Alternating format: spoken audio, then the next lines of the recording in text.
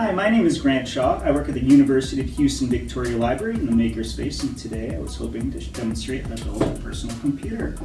First of all, tools of the trade. I have here a screwdriver. This one's kind of fancy with a detachable head and options for just about any screw you can imagine, but Phillips will usually do. I also have this fashionable bracelet here that also prevents electrostatic discharges. So you've probably all experienced touching a door handle and getting a nasty zap. Those nasty zaps are awfully bad for computer parts, so this helps prevent them. Next, we have this case. I've already taken off all the sidings. You can see it has a built-in fan, which I thought was pretty cool. I also think that these porous sidings are really cool, and even better, this one's see-through so you can see all the parts. Next, I have the power supply. Now, what power supply you want to use depends on what kind of parts you'll be putting in your PC. Some parts require more wattage than others. And I'm going to turn the case some way, this way, and insert the power supply.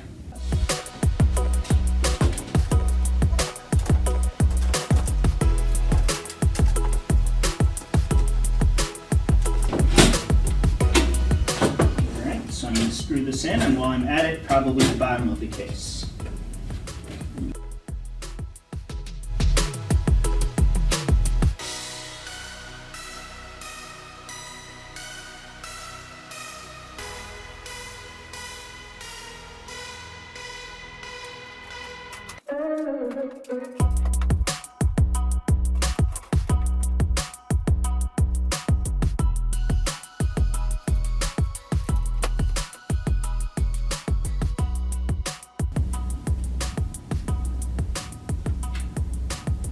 Alright, now that that's sorted all out, next I have the motherboard.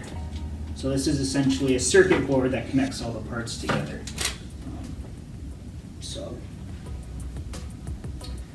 Next, processor. People call this the brain of the computer. It's essentially a supercalculator that takes in data from all the parts, processes it, and sends it elsewhere.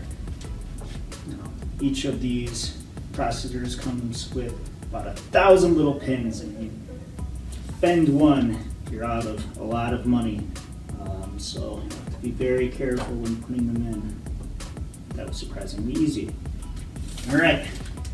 So next we have, let's go with the RAM. So RAM, or random access memory, is where data goes for temporary storage. So say if you were to view a PDF online, an article in our database, it would be stored in the RAM. And if you were to download it, it would be saved elsewhere on the hard disk. So hopefully this RAM will fit in its home. Also would help if I can put it in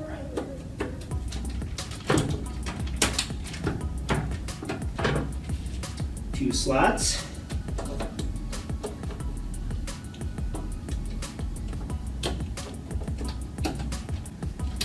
All right, there we go, RAM. Now, as I just mentioned, if you were to download that PDF, it would go to your hard disk. Now, hard disks used to look like this, big old boxy things. This is where anything you download permanently, whether it be video or images, is kept. For RAM, as soon as you turn off the computer, it's gone. I, however, went with what's called solid-state drives, which are these newer, fancier hard disks that are much smaller but much more expensive. They also, the way that they store data is that it's faster. So for these hard disks, there's these magnetic tape placed on a kind of a platter, and it spins around, and there's like a mechanical arm that reads the data as it spins, reads the tape as it spins. Kind of looks like a turntable. So this SSD card actually stores all the data in chips, so it's much faster. So I'm gonna pop this in here. Pop this in here.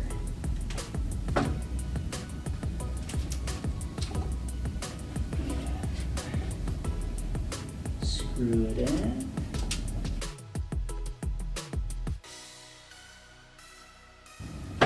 And there we go. Oh, next we can try, let's go with the big old fancy fan.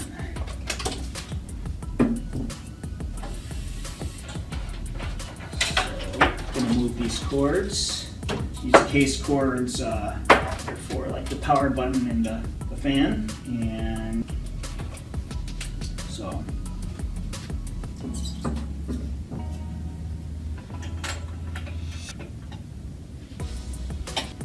First, you have to apply this thermal paste that helps disperse the heat.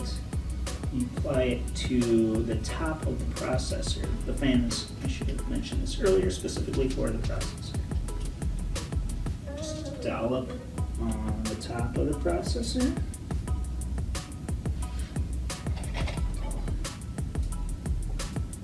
Screw.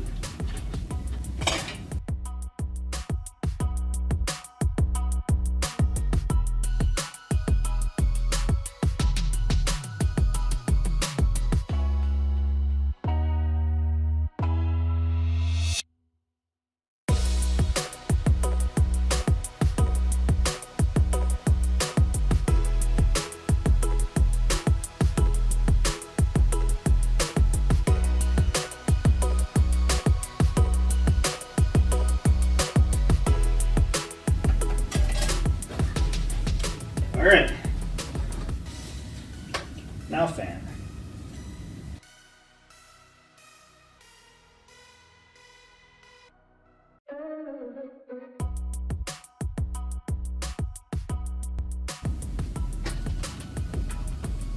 All right, fingers crossed. Now we're going to try the motherboard. Back of the case, we also need our input-output shield, which just kind of protects some of the ports.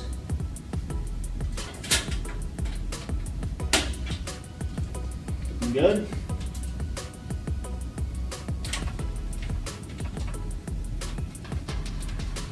And fairly close. That is one monster of a fan, I will not lie.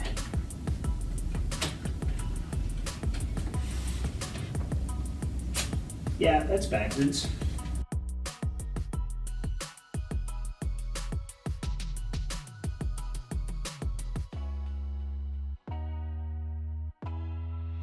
All right. Now,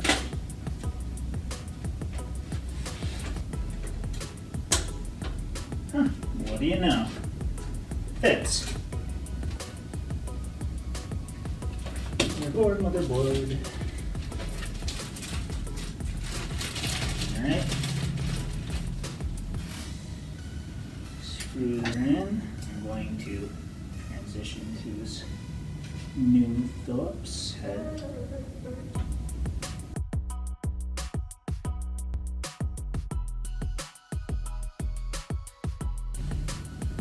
Going anywhere? Call it good. Oh, let's see. Next. Yes. So we have this big old fancy graphics card here. And what this does is it interprets data from the processor and turns it into video. So this will what you'll need to use a monitor. And hopefully it will fit. Looks like it's a monster fan is going to make things difficult. What do you know?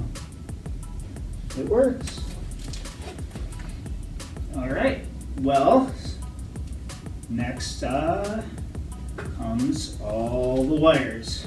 There are a great many wires that connect to all these parts, and it's going to take some time. All right. First of all, here's the power supply, and I know it's upside down, but you can see all the power cords are plugged into it. And next we have motherboard connections. As you can see here, or rather not,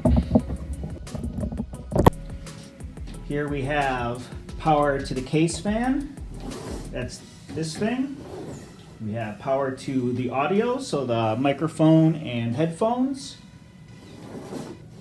And over here, we have power to the processor, power to the big fan, power to the motherboard, and if you take a closer look over here, the graphics card, power to the graphics card. And after that, well, all that remains is for us to turn it on and keep our fingers crossed. All right, now you can see I've got a monitor, keyboard, and mouse set up, so I'm just gonna press power and we're gonna hope for the best.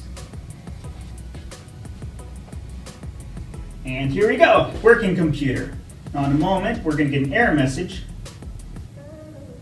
Here we go, reboot and select proper boot device. And the reason we're getting this message is because there's no operating system installed. There's no Windows or Mac OS. Fortunately, I came prepared. I have here Windows on a USB.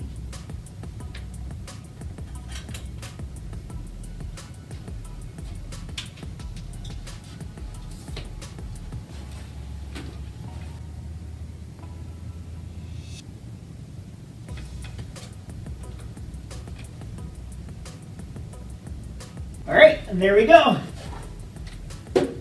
All set. Now, if anyone has any desire to put together a computer of their own, we actually have a spare computer in the Makerspace for you to assemble and reassemble as you like.